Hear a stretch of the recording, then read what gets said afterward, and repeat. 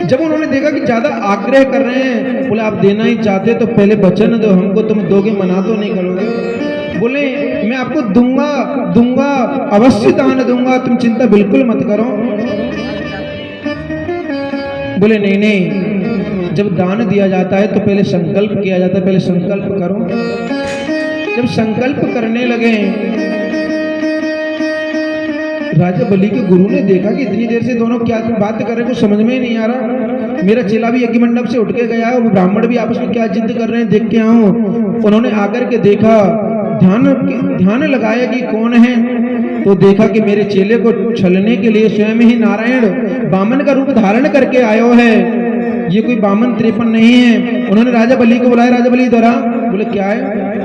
बोले बेटे एक बात सुन, तेरे सामने जो खड़ा हुआ ना बामन अंगुल का, ये कोई पंडित जी नहीं है, ये कोई बामन त्रिपन नहीं है, ये नारायण स्वयं बामन बनकर के आए तुझे छलने के लिए।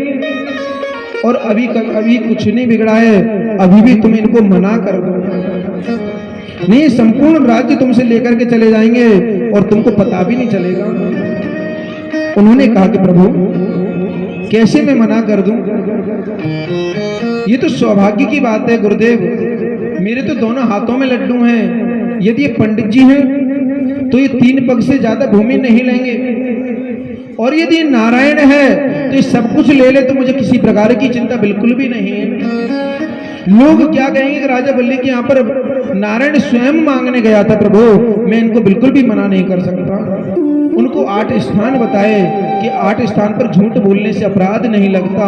स्त्री सुनर्म विवाहे च वृत्यर्थे प्राण संकटे गो ब्राह्मणार्थे हिंसायाम नारतम स्याजो गोप्सिता। 8 स्थान बताए शुक्राचार्य जी ने। स्त्री सुनर्म विवाहे च, बोले माताओं बहनों से झूठ, कोई बात गंभीर बात छुपानी हो, झूठ बोल दोगे तो कोई अपराध नहीं लगेगा। क्योंकि माताएं बहनें कोई गंभीर बात अपने हृदय में नहीं रख सकती, उनको श्राप लगा हुआ है। एक बार युधिष्ठिर जी महाराज ने श्राप दिया था। युधिष्ठिर जी महाराज अपने कौरव इत्यादि को सबको पिंडदान दे रहे थे। कुंती बुआ ने एक दिन कहा कि बेटा युधिष्ठिर, एक पिंडदान कर्ण के नाम का भी कर देना। उन्होंने कहा मैं कर्ण के नाम का क्यों, हमारे जाति का नहीं, बिरादरी का नहीं। बोले नहीं नहीं, कन्या अवस्था में मुझे दुर्वासा ऋषि ने वरदान दिया था कि ऋषियों के माध्यम से, देवताओं के माध्यम से तुमको संतान प्राप्त होगी। एक बार मैंने सूर्य भगवान की प्रार्थना की थी, उनके माध्यम से मैं गर्भवती हो गई थी, और जिसकी वजह से मुझे कर्ण प्राप्त हुआ था। मैंने उसको लता पता में लपेट करके यमुना में प्रवाहित कर दिया था। वो कर्ण तुम्हारा सगा भाई है बेटा।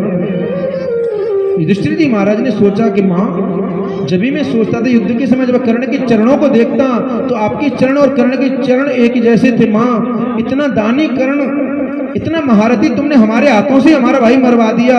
मैं ऐसे श्राप देता हूँ कि कोई भी माताएं बहनें अपने हृदय में गंभीर बात को छिपा नहीं पाएंगी, रोक नहीं पाएंगी। इसलिए माताओं बहनों से कोई गंभीर बात छुपानी हो, रोकनी हो, तो झूठ बोल दोगे तो कोई अपराध नहीं लगेगा। और यदि आपने कोई बात बता भी दी और आपने ऊपर से गलती से ये कह दिया कि ये बात किसी को मत बताना, तो ये आपने डबल गलती कर दी। प्यार से बोलो जय श्री कृष्ण। क्योंकि आपने कोई गंभीर बात बताई, और माता बहनें करती भी हैं। उन्होंने अपनी सहेलियों को बताई, बोले बहना मैं तुझसे प्रेम करती हूँ इसलिए बता दी, पर तू काऊ से मत कियो। वो धीरे धीरे बात घूमते घूमते पता चली रात तक स्वामी जी के सामने उपस्थित हो गई। प्यार से बोलो जय श्री कृष्ण। नर्म विवाहे च, किसी कन्या के विवाह में भी झूठ बोलना पड़े तो कोई अपराध नहीं लगता। वृत्यर्थे प्राण संकट है, किसी के प्राण संकट में फंसे हुए हो तब भी झूठ बोलने से कोई अपराध नहीं लगता। गो ब्राह्मणार्थे हिंसायाम, किसी गाय ब्राह्मण की हिंसा हो रही है वहां पर भी झूठ बोल दें तो भी अपराध नहीं लगता। 8 स्थान बताए, लेकिन ये स्थान किसने बताए? दैत्यों के गुरु ने। देवताओं के गुरु बृहस्पति हैं, उनके गुरु दानवों के जो गुरु हैं वो शुक्राचार्य जी महाराज हैं। हमारे सनातन धर्म में तो वैसे झूठ बोलने के लिए साफ मना है। कल 2-3 दिन से समझा रहे थे ना, सत्य बोलना चाहिए। हमारे सनातन धर्म में झूठ बिल्कुल भी नहीं बोलना चाहिए। प्यार से बोलो राधे राधे।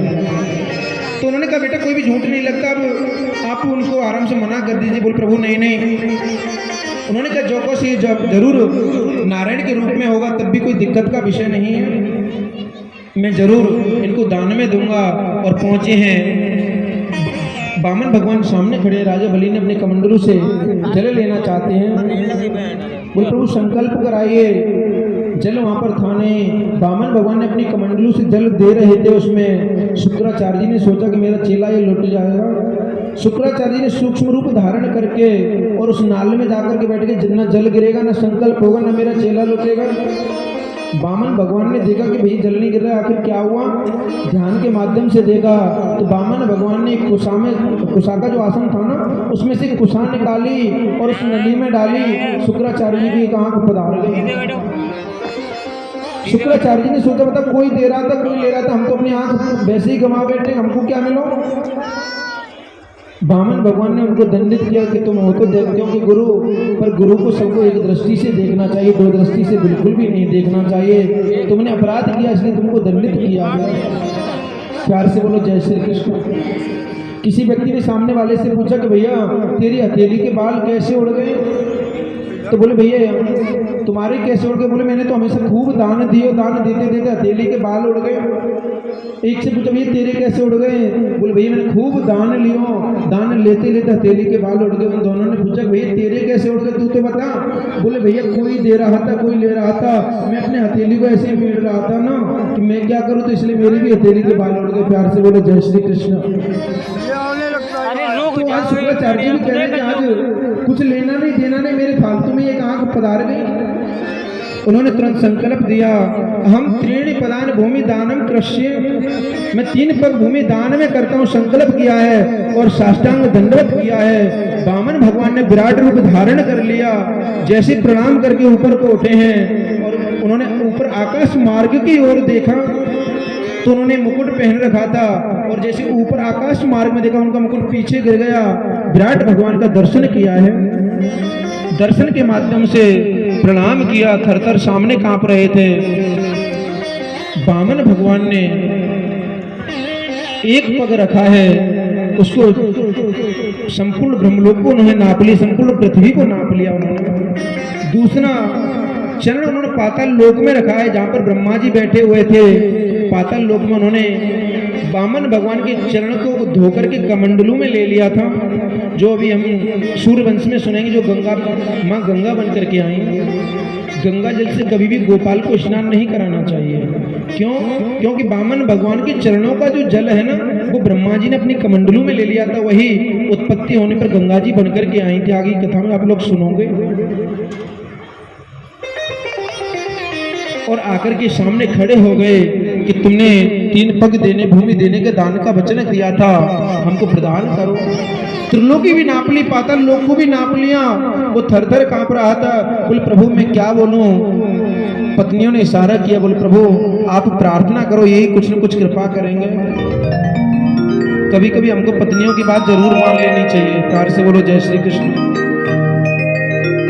उन्होंने प्रार्थना की, बोले प्रभु एक बात बताओ, संपत्ति बड़ी होती है या संपत्ति का मालिक बड़ा होता है।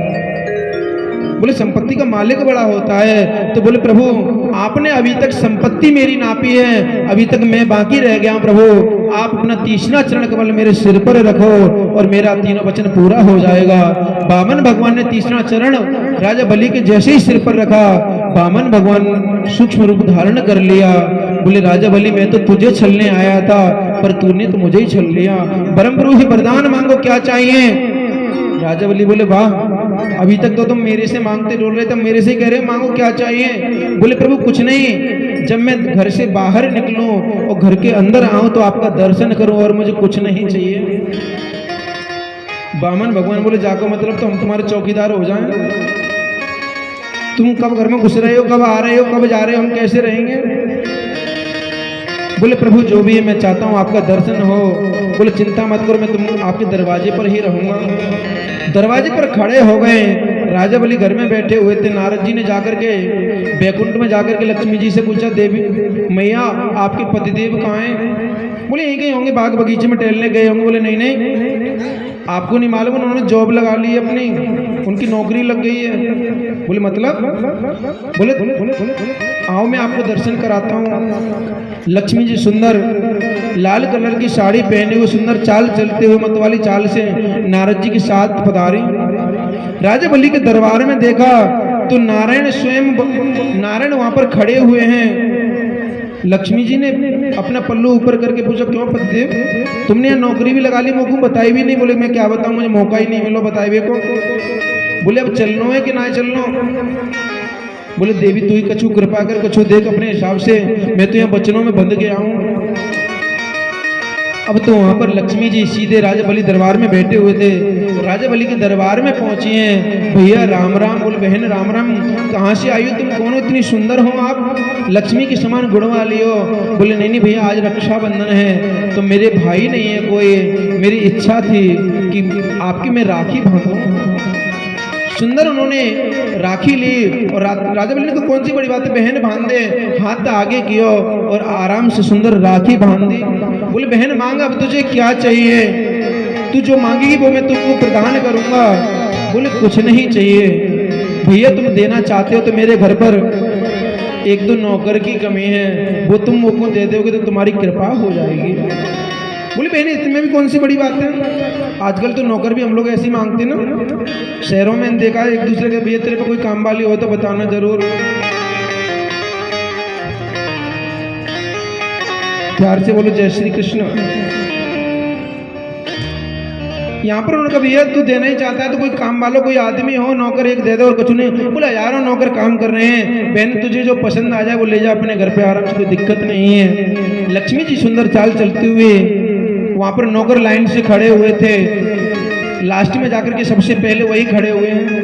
सभी नौकरों को देखते देखते पहुंची, अंत में नारायण का हाथ पकड़ा, प्रभु चलना है कि नहीं? बोले तू ले चल कैसे भी करके यहाँ से निकाल, मुझे लेकर के आए और राजा बलि के सामने खड़े हो गए। बोले भैया मुझे तो तेरे सबसे ज्यादा सुंदर नौकर यही लगो, सबसे बढ़िया लगो, तुम वो जायकू दे दे। राजा बलि समझ गए। बोले बहन तो सो एक बात बोलूं तो बुरा तो नहीं मानने की? बोले नहीं। बोले क्या तुम्हारे खानदान में सब छलिया के छलिया ही भरे हुए हैं क्या? बोले ये भी मुझे छलने आए थे और तूने भी आकर के मुझे छल लिया। चल कोई बात नहीं, मैंने तुझसे कह दिया तू इसको लेके जा। प्यार से बोलो जय श्री कृष्ण। भगवान ने आशीर्वचन दिया कि मैं एक रूप से मैं तुम्हारे यहाँ हमेशा खड़ा रहूंगा। इसलिए सत्य चिरंजीव में राजा बलि का नाम आता है ना, अश्वत्थामा बलिर व्यासो, राजा बलि का नाम सत्य चिरंजीव में आता है। हनुमांश विभीषण कृपः परशुरामश्च सप्तैते चिरजीवनः, उनको लेकर के सुंदर तरीके से वहां पर पधारी है गोलोक धाम में, वैकुंठ धाम में। प्यार से बोलो जय श्री कृष्ण। आगे चल करके सुखदेव स्वामी ने 2 अध्यायों में सुंदर सूर्यवंश की कथा कही, राम कथा कही। उसके बाद में सुंदर तरीके से निरूपण चंद्र वंश का किया है उन्होंने। प्यार से बोलो जय श्री कृष्ण। आइए हम लोग राम जी के चरणों में एक भजन के माध्यम से प्रणाम करेंगे, फिर कृष्ण वंश में हम लोग श्रवण करेंगे। जिस प्रकार राम कथा से पहले शिव जी की कथा सुनाई जाती है ना, तब हम लोग राम कथा में प्रवेश करने के अधिकारी हैं। इसी प्रकार कृष्ण कथा सुनने से पहले मर्यादा का चश्मा हमको आपको नेत्रों पर लगाना पड़ेगा, उसके बाद कृष्ण कथा सुन पाएंगे। दोनों हाथों की तालियों से सेवा करते बड़े सुंदर भाव से राम के चरणों में प्रणाम करते हैं। राम कहानी सुनो भाई, राम कहानी, राम कहानी सुनो भाई, राम कहानी, राम कहानी सुनो भाई, राम कहानी, राम कहानी सुनो भाई, राम कहानी। कहते सुनते आवे, कहते सुनते आवे अखियों में पानी, राम कहानी सुनो भाई, राम कहानी, राम कहानी सुनो भाई, राम कहानी। श्री राम जय राम जय जय राम, श्री राम जय राम जय जय राम, श्री राम जय राम जय जय राम, श्री राम जय राम जय जय राम, श्री राम जय राम जय जय राम, श्री राम जय राम जय जय राम, श्री राम जय राम जय जय राम, श्री राम जय राम जय जय राम।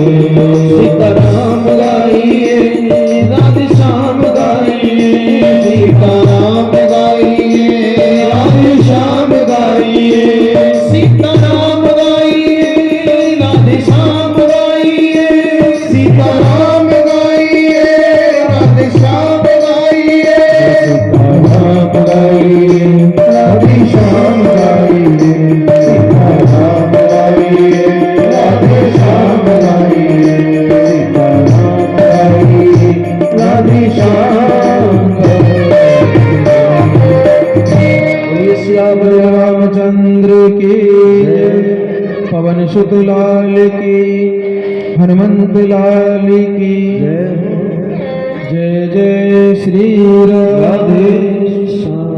सुखदेव स्वामी ने सूक्ष्म राम कथा सुनाई, सूर्यवंश सुनाया। उसके बाद में सुंदर चंद्रवंश का निरूपण किया।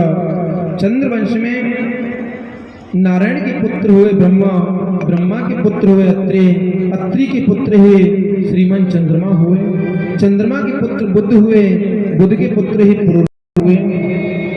इन्हीं के बाद आगे चल करके जमदग्नि राजा हुए, जिनके यहाँ पर परशुराम जी ने अवतार धारण किया। बोले परशुराम भगवान की जय। इन्हीं के वंश में आगे चल करके बड़े बड़े राजा हुए। एक नहुस राजा हुए, जिनके 6 पुत्र हुए, यति, याति, संयाति, आयति, व्यति और कृति। ये याति जो राजा थे, उन्होंने मन में विचार था कि मैं इतना काम उपभोग करूंगा कि काम पर विजय प्राप्त करूंगा। उन्होंने अपनी भी अवस्था लगा दी, अपने पुत्र से भी आयु मांग ली और उससे भी काम उपभोग किया कि मैं काम को नष्ट कर दूंगा। पर उन्होंने देखा शरीर नष्ट हो रहा था, पर काम पर विजय प्राप्त नहीं हो रही थी। उन्होंने कहा न जातु कामः कामान उपभोगे न साम्यति कृष्णवर्तमेव भूय एवा विवर्धनम। बोले कामनाओं पर शांति, कामनाओं पर विजय प्राप्त करनी है तो हम सत्संग भजन के माध्यम से जीत सकते हैं। काम वासनाएं करने से काम पर विजय प्राप्त करना मानो इस प्रकार है जैसे हवन कुंड में एक एक आहुति लगाना, तो उससे अग्नि और प्रज्वलित होती है। ये आति वंश में आगे चल करके भरत राजा हुए, जिनके नाम से दुष्यंत राजा हुए, जिनके नाम से भरत देश पड़ा। इसी वंश में चल के आगे चल के राजा रंतिदेव हुए, जिनके समय पर एक बार भुखमरी फैल गई। उन्होंने संपूर्ण खजाना प्रजा के पालन में लगा दिया। आगे चल करके इनके वंश में ही ययाति महाराज के बड़े पुत्र हैं, जिनका नाम है यदु। यदु महाराज के वंश में एक कई पीढ़ियों बाद एक राजा हुए, जिनका नाम था देववीर राजा। उनकी 2 पत्नियां हैं। एक पत्नी के 2 पुत्र हुए, अर्जन्य और पर्जन्य। दूसरी पत्नी का जो पुत्र हुआ, उसका पुत्र हुआ सूरसेन। अर्जन पर्जन्य के जो पुत्र हुए वो 9 नंद कहलाए, नंद बाबा कहलाए। और नंद बाबा जो गोकुल में रहते हैं। दूसरी पत्नी के जो बेटा है वो सूरसेन, सूरसेन के वासुदेव इत्यादि हुए। सुखदेव स्वामी कहते राजन परीक्षित, कौरवी रोहिणी भद्रा मदिरा रोचना इलह देवकी प्रमुखा आसन पत्नी आनक दुंदुवे। वासुदेव जी की कई पत्नियां हैं, उनकी संतान नहीं हो रही थी। धीरे धीरे राजा सारे विवाह पर विवाह करते गए। कंस की जो बहन देवकी है, उसका विवाह वसुदेव जी के साथ संपन्न हुआ है। संपन्न होने के बाद में वसुदेव विवाह संपन्न होने के बाद में सुंदर तरीके से कंस ने अपनी बहन की विदा कर रहा था। विदा करने के बावजूद उसको एक आकाशवाणी सुनाई दी कि जिसको तू विदा कर रहा है उसका अष्टम गर्भ तेरा काल होगा। उसने देवकी को कष्ट दिया है, उसको लाकर के जेल में बंद कर दिया। एक एक करके देवकी के 7 पुत्रों को उसने मार दिया था। अष्टम के रूप में कन्हैया पैदा हुए। कन्हैया ने जन्म लिया गोकुल में और मथुरा में जन्म लिया। उन्होंने गोकुल में जाकर के पलना झूला है और वृंदावन में जाकर के बाल लीलाएं की। मथुरा में जाकर के कंस वध किया। कंस वध होने के बाद में उन्होंने कंस के जो ससुर साहब थे उनका वध किया है। और उसके बाद में वहां पर वो पधारे हैं, द्वारिका में पहुंचे। द्वारिकानाथ वहां पर विवाह इत्यादि संपन्न हुआ है। 16,108 विवाह किए गोविंद ने। एक श्लोक में संपूर्ण कृष्ण कथा सुना दी सुखदेव स्वामी ने राजा परीक्षित को। और बोले समस्त यदुवंशियों को उन्होंने ऋषि का श्राप लग गया। ऋषि को परीक्षा ले रहे थे उनके बालक, जिसके बाद से यदुवंश आपस में लड़ झगड़ करके नष्ट हो गया और गोविंद गोलोक धाम को प्राप्त हुए। प्यार से बोलो जय श्री कृष्ण। राजा परीक्षित ने कहा गुरुदेव समझ में नहीं आया, हो गई कृष्ण कथा? बोले हाँ हो गई, अभी भी सुनाई ना जन्म से लेकर के स्वधाम गमन तक की कथा। बोले प्रभु नहीं, जिस कथा को सुनने के लिए 4 दिन से मैं शांत बैठा हुआ था, जिसने मेरी माँ के गर्भ में जाकर के मेरी प्राण रक्षा की थी, उस कृष्ण की कथा को मैं सूक्ष्म में सुन लूं ऐसा बिल्कुल भी नहीं है। मुझे आप विस्तार से कथा सुनाइए प्रभु, मैं सुनना चाहता हूँ। प्यार से बोलो जय श्री कृष्ण। जिसके माध्यम से पांचों पांडव जो थे कौरवों की सेना में विजय प्राप्त कर पाए द्वारकाधीश की कृपा से, आज मैं उसकी सूक्ष्म कथा बिल्कुल नहीं सुनूंगा। सुखदेव स्वामी की 4 दिन से 3 दिन से कथा सुन रहे हो, आप गए होगे कुछ जल है? बोले नहीं प्रभु, मुझे जल कुछ नहीं चाहिए। श्रीमद् भागवत अमृत आप आ रहे हैं प्रभु, इस अमृत से मेरे को बड़ा आनंद आ रहा है। को सुंदर मिठाई खाने को मिले, वो गुड़ में हाथ क्यों चुपकने करेगा? बोल प्रभु अमृत रूप रस में जो मिलना है मुझे कुछ नहीं चाहिए। बड़े प्रसन्न हुए हैं सुखदेव स्वामी, उन्होंने सुंदर तरीके से कृष्ण कथा को सुना रहे थे। मथुरा के बड़े राजा हुए जिनका नाम है उग्रसेन। उग्रसेन बड़े सुंदर तरीके से चला रहे थे। उग्रसेन का पत्नी जो गर्भवती थी, एक दिन जंगल में घूमने गई तो दुर्मिल नामक एक राक्षस था, उसकी दृष्टि उस गर्भ पर पड़ी, जिससे वो गर्भ भी राक्षस हो गया। जब उसका जन्म हुआ तो ब्राह्मणों ने बताया कि प्रभु आपके घर में जो बालक है नहीं राक्षस होगा। तो उग्रसेन जी ने क्या किया कि उस बालक को लता पता में लपेटकर यमुना जी में बहा दिया। इधर सूरसेन जी जो हैं यमुना में अर्घ प्रदान कर रहे, सूर्य को अर्घ दे रहे थे। अर्घ के लिए जल लिया, उन्होंने देखा कि ये बालक बहता हुआ उनके हाथों में अंजलि में आ गया। कि देखा मेरे वसुदेव इत्यादि जो पुत्र हैं, इसी प्रकार इसका भी लालन पालन होगा। धीरे धीरे बढ़ रहा था, वो बालक बड़ा हो रहा था। प्यार से बोलो जय श्री कृष्ण। एक बार और बोली प्रेम से राधे राधे। एक बार और बोली प्रेम से।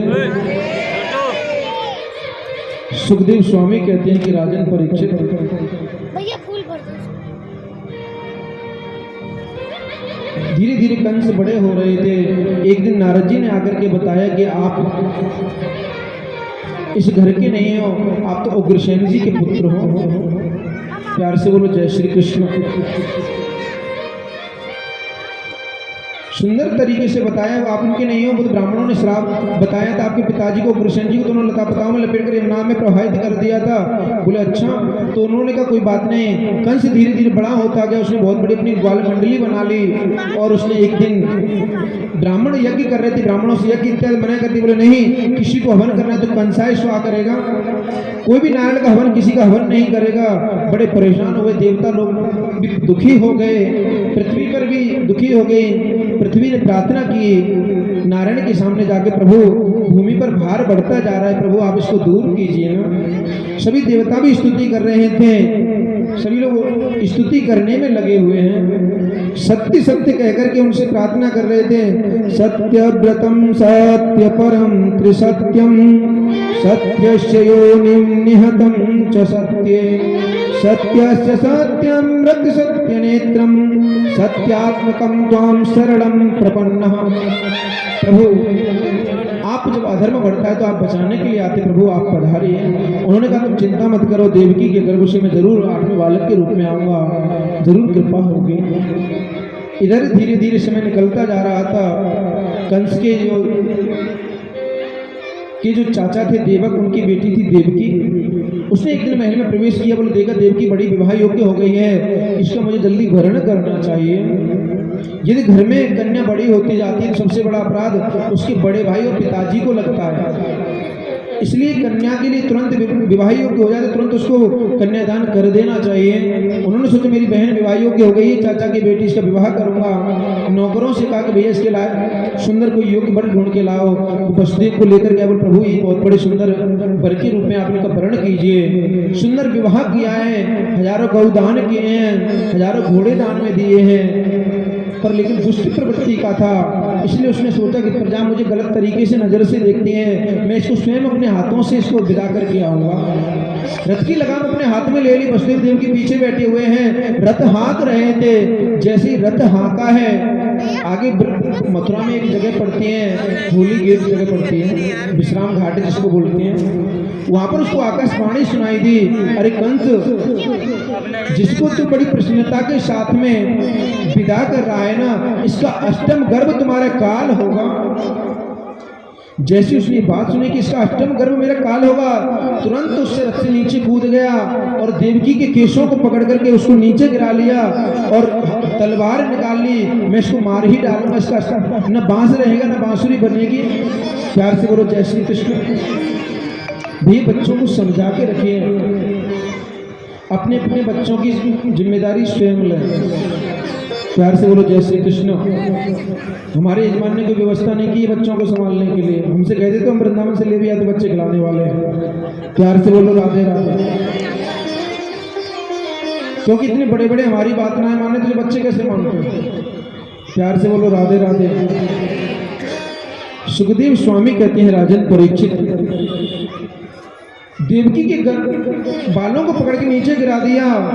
आज उनको वसुदेव को बड़ा बुरा लगा कि पहले तो पति कहलाने का अधिकारी वही जो सभी प्रकार से पत्नी की रक्षा कर सके, सुरक्षा कर सके। उन्होंने कहा शाले साहब, कंस महाराज आप बड़े प्रेम से विदा कर रहे थे, अभी तुमको क्या हुआ? बोले तुमने आकाशवाणी नहीं सुनी? बोले प्रभु आपके इसके लाल से ही तो परेशानी है, इसके जितने लाल होंगे वो मैं तुमको प्रदान करूंगा, पर अभी पत्नी की रक्षा करो ना। तुम तो कितने भोले भाले हो। बोले नहीं नहीं, मुझे तुम्हारे ऊपर विश्वास नहीं है, तुम मेरे यहाँ पर ही कारागार में रहो। कारागार में ला करके रखा है। पहले उनको सुंदर एक पुत्र की प्राप्ति हुई है, सुंदर पुत्र प्राप्त हुआ। वसुदेव जी ने ला करके कंस को दे दिया, प्रभु ये पुत्र पैदा हुआ है। एक और उन्होंने लौटा दिया। बोले नहीं नहीं ले जाइए, क्या छोटा सा मुझे क्या मारेगा? बोले नहीं नहीं आप इसको लेकर के जाइए। वसुदेव लौटा करके ले आए। नारद जी उनके यहाँ पर पधारे। नारद जी ने कंस महाराज क्या हुआ? मैंने सुना है होने वाला था, क्या हुआ? बोले प्रभु एक छोटा सा बालक हुआ था। बोले वो तो छोटा सा बच्चा, वो मुझे क्या मारता? मैंने लौटा दिया। मुझे तो 8वें गर्भ से डर है ना, 8वां बालक मुझे मारेगा, इसलिए मैं 8वें वाले को देख लूंगा। नारद जी के सामने थाली में लड्डू रखे हुए थे, उसमें नारद जी ने 8 लड्डू रखे गिन के। बोले तुम इधर से गिनोगे तो ये वाला 8वां होगा, और 8वें की तरफ से इधर गिनोगे तो पहला भी 8वां हो सकता है, लास्ट भी 8वां हो सकता है। उन्होंने कहा नारद जी तुमने बहुत बड़ी मेरी आंखें खोल दी, तो कृपा की आपने, लेकिन होगा कैसा? बोले काला काला होगा प्रभु, मुरली वाला होगा, टेढ़ी टांग वाला होगा, देखने में बहुत सीधा होगा पर अंदर से बहुत काला होगा, बहुत छलिया होगा वो। जैसे उन्होंने कहा काला काला होगा, इतना कहकर के नारद जी वहां से चले गए। अब तो कंस जब भोजन करने बैठता ना, दाल में काला जीरा भी आ जाता ना, तो थाली को फेंक देता, नहीं नहीं मेरे शत्रु, इसको उठाइए, इसको फेंकिए यहाँ से। इतना उसका भजन की स्थिति और बढ़ गई। हर जगह उसको काला, कहीं भी कुछ नजर आए तो उसको गोविंद ही नजर आते हैं। धीरे धीरे करके 6 पुत्रों ने जन्म लिया। कंस ने धीरे धीरे 6 पुत्रों को लेकर के जमीन पर पटक पटक के उनको मृत्यु प्राणांत कर दिया। 7वां पुत्र के रूप में बलराम जी महाराज माता देवकी के गर्भ में थे। कन्हैया ने योग माया के माध्यम से उस गर्भ को लेकर के रोहिणी के गर्भ में पहुंचा दिया। धीरे धीरे आ रहा था भादों का महीना, सुंदर कृष्ण पक्ष अष्टमी तिथि। धीरे धीरे समय निकलता आ रहा था, सुंदर वातावरण बना हुआ था। आकाश मंडल में चंद्रमा 16 कलाओं से युक्त हो गया। प्यार से बोलो जय श्री कृष्ण। जब राम जी ने दिन में जन्म लिया ना, तो सूर्य अस्त 6 महीने तक नहीं हुआ था। सूर्यवंश में जन्म लिया था। चंद्रमा ने कहा था प्रभु जी थोड़ा साइड से हो जाइए ना, मुझे भी तो दर्शन करने दीजिए, जब तक आप अस्त नहीं होंगे तो मैं दर्शन कैसे करूंगा। चंद्रमा रुदन कर रहा था। राम जी ने उससे कही तू भैया काय को रो रहे हो, सब मस्त हो रहे हैं, सब आनंद बधाइयां बांट रहे, तू काय को रो रहे हो? बोले प्रभु जले पर नमक क्यों डालते हो? तुम सूर्यवंश में आए हो और मुझे दर्शन से भी दूर कर दिया। बोले तू चिंता मत कर, जो कोई भी मेरो नाम लेगो तेरो नाम मेरे साथ जरूर लेगो। इसलिए उन्होंने अपना नाम रामचंद्र रख लिया। बोले लेकिन मुझे आपके जन्म से मुझे क्या मिला? बोले तू चिंता मत कर, इस बार दिन के 12 बजे आया हूँ, अगली बार रात के ठीक 12 बजे आऊंगा, तो तू उस समय जितना चाहे उतनी रात्रि बड़ी कर लेना। प्यार से बोलो जय श्री कृष्ण। तो हम भी रात के 12 बजे तक कर लें क्या? क्यों मुख्य यजमान बताइए? प्यार से बोलो राधे राधे। सुखदेव स्वामी कहते हैं कि राजन परीक्षित, सुंदर भादों का महीना आया, शुक्ल पक्ष था। उससे पहले कृष्ण पक्ष आया है। इधर नंद बाबा और यशोदा मैया से आनंदित रहते थे। एक दिन नंद बाबा की कोई लाला ना भयो तो ब्रजवासी ने कही कि बाबा तुमको यदि कोई छोरा चाहिए तो सुंदर बढ़िया सबको ब्राह्मणों को रबड़ी खिलाओ और उसके बाद में सुंदर भांग गुटवाओ और हम तुम्हारे ताई चकाचक एक कोई अनुष्ठान करेंगे और तुमको लाला की प्राप्ति जरूर होगी। उन्होंने कहा बेटे जामे कौन सी बड़ी बात है, ठाकुर जी ने खूब दियो है, खूब खाओ पिए, खूब भजन करो, सुंदर रबड़ी बटवाई है और उनको सुंदर अनुष्ठान पर बैठे हैं। उन्होंने आशीर् वचन कहा कि बाबा तुमको भादों की कृष्ण पक्ष की रात्रि में तुम्हारे लाला जरूर होएगा। उन्होंने कहा भैया कब होएगा, मैं तो 80-85 साल को है गए, न जाने अब कब होएगा। बोले नहीं हम तुमको आशीर्वाद देते जरूर होगा। धीरे धीरे समय आता जा रहा था। इधर नंद बाबा की जो बहनें हैं नंदा और सुनंदा, जब उनको ननदों को पता चला कि भाभी के कुछ होने वाला है तो वो 6 महीना पहले ही घर पे आ गए। जब नंदों को पता चलता है ना कि भाभी की कुछ होने वाला है तो भाभी जी की सेवा करने के लिए 6 महीने पहले ही आ जाते। बोले भैया कचू जरूर अच्छा सा देगा।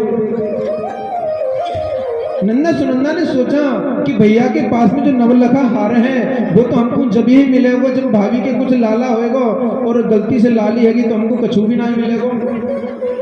धीरे धीरे वो रात्रि आई और रात्रि के समय नंद बाबा ने देखा कि अभी तो कछु भयो ना, रात्रि के 10 बज गए। वो जाकर के यमुना किनारे पहुंचे और जाकर के सो गए। लेकिन रात्रि वो सोचते रहे कि अभी तो भयो ना जाने कब होएगा, ये सोचते सोचते सो गए। धीरे धीरे समय निकलता जा रहा था। मैया यशोदा को भी नींद आ गई, नंदा सुनंदा भी सो गई। धीरे धीरे रात्रि के ठीक 12 बज गए। इधर मथुरा में सुंदर वातावरण बना हुआ था। आकाश मंडल से हल्की हल्की बौछार हो रही थी। चंद्रमाओं ने सुंदर मानो 16 कलाओं से युक्त हो गया। शीतल लहरें चल रही थी। सुंदर वातावरण बना हुआ था। हल्की हल्की फुहारें गिर रही हैं। इतना सुंदर वातावरण बना हुआ था। इधर जैसी भादों का महीना कृष्ण पक्ष अष्टमी तिथि रात्रि के ठीक 12 बजे मेरे गोविंद का प्रादुर्भाव हुआ। बोले गोविंद भगवान की जय हो। गोविंद भगवान सामने खड़े हुए वसुदेव जी के सामने। वसुदेव जी ने प्रार्थना की है। कन्हैया ने कहा प्रभु मुझे यहाँ से आप गोकुल में पहुंचा दिए। बोले पहुंचाएं तो पहुंचाएं कैसे? कंस ने बेड़ियां लगा रखी थी। सभी लोग अपने स्थान पर ही बैठे रहेंगे, कथा सुनेंगे, नहीं तो कथा से वंचित रह जाएंगे। प्यार से बोलो जय श्री कृष्ण। बोलिए ना प्रेम से जय श्री कृष्ण। एक बार और बोलिए प्रेम से, एक बार और बोलिए। मुझे कभी कभी तो ये फील होता है कि आप लोग कंस के परिवार के तो नहीं हो गए कि भैया हमारा शत्रु जन्म लेने वालों, तो फिर इतनी खुशी से क्यों नहीं सुनते? बोलवा के भी हरिलाल की, नंद के लाला की जय जय श्री राधेश। इतना सुंदर लाला ने जन्म लिया। पहले आप लोग कथा सुनिए ध्यान से, बाद में अभी 10 मिनट आपका लगेगा बस सुन ले। सुंदर तरीके से लाला ने जब रात्रि में जन्म लिया है, उन्होंने कहा कि पिताजी मुझे यहाँ से गोकुल में पहुँचा दीजिए नहीं तो कंस मामा मुझे आते ही मार देंगे। बोले हम कैसे पकड़े तुमको? हमारी बेड़ियाँ लगी हुई हैं, पैरों में हथकड़ियाँ इत्यादि बेड़ियाँ लगी हुई हैं, हम कैसे करें? बोले नहीं पिताजी आप अपने हाथ बढ़ाइए, ईश्वर कृपा जरूर करेगा। कई ताले लगे हुए थे, कई तालों के अंदर थे वो बंद थे। जैसे वसुदेव जी ने वहाँ देखा पास में एक सूप पड़ा हुआ था। सूप जानते हो ना? अभी तो बूढ़ी बड़ी माताएं जानती होंगी सूप कैसे कहते हैं। आजकल तो मिल से ही आटा आता है। प्यार से बोलो जय श्री कृष्ण। सुखदेव स्वामी कहते हैं कि राजन परीक्षित वो लेकर के वसुदेव उनको नंदलाल को लेकर के गोकुल में चले हैं। आइए हम लोग भी स्वागत करते हैं कन्हैया का बड़े सुंदर भाव से, दोनों हाथों से तालियों से। अपने स्थान पर ही बैठे रहिए बड़ी शांति से, बिल्कुल सभी लोग अपने स्थान पर बैठे रहिए, बाद में पहनाऊंगा। आइए हम लोग भी हाथ जोड़ करके कन्हैया से प्रार्थना करते हैं जल्दी आकर के हमको दर्शन दें। स्वागतम कृष्णा स्वागतम कृष्णा। हाथ ऊपर करते हुए मस्ती भी सुनते स्वागतम कृष्णा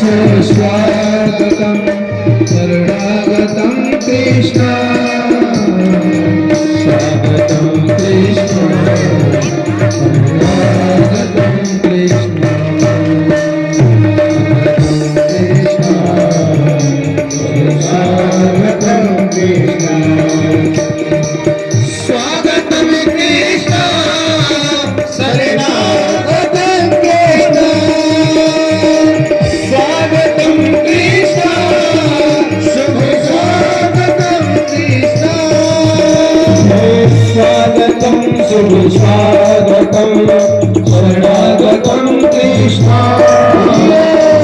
स्वागतम शुभ स्वागतम शरणागतम कृष्णा स्वागतम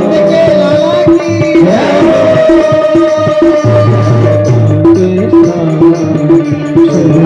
स्वागतम कृष्णा स्वागतम कृष्णा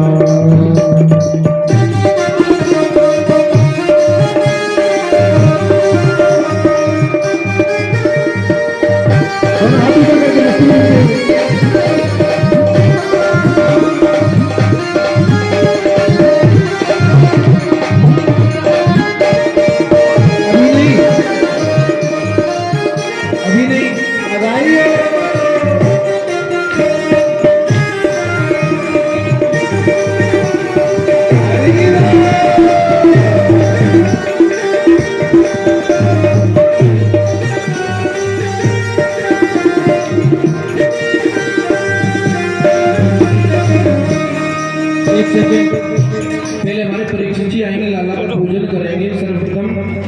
परीक्षित जी कहाँ हैं?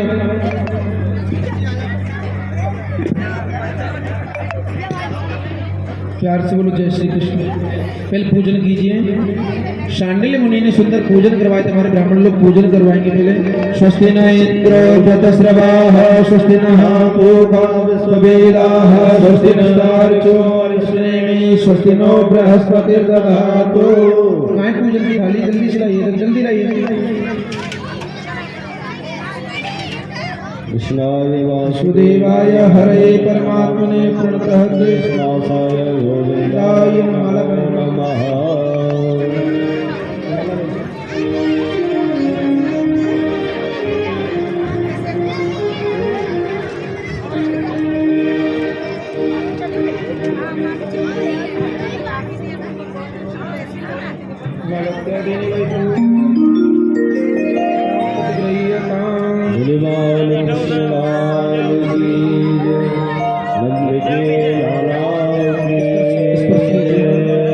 माल्यादीनि सुगंधीनि मालत्यादीनि वै प्रभो मया हृतानि पुष्पाणि पूजार्थं प्रतिगृह्यताम्।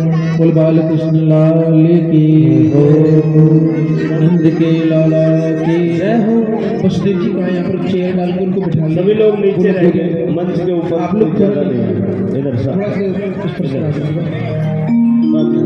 भैया भैया घंटा मार राधे राधे श्री राधे। सभी माताएं पीछे से श्री राधे, नीचे से राधे श्री राधे। बुलंद के लाला की जय, श्री राधे। भगवान के भी हरि लाल की जय। अब हमारे आप लोग बधाइयाँ लूटेंगे और बधाइयाँ देंगे भी और लेंगे भी। बधाइयाँ लेकर के कौन कौन आया हाथ ऊपर करना। देने के लिए कौन कौन आया हाथ ऊपर करो, और लेने के लिए कौन कौन आया है हाथ ऊपर करो। दोनों हाथ ऊपर करो। बोल नंद के लाला की जय, नंद के आनंद भयो जय कन्हैया लाल। थोड़ा पीछे बढ़ी आनंद भयो जय कन्हैया लाल। नंद के आनंद भयो जय कन्हैया लाल। ब्रज में आनंद भयो जय कन्हैया लाल।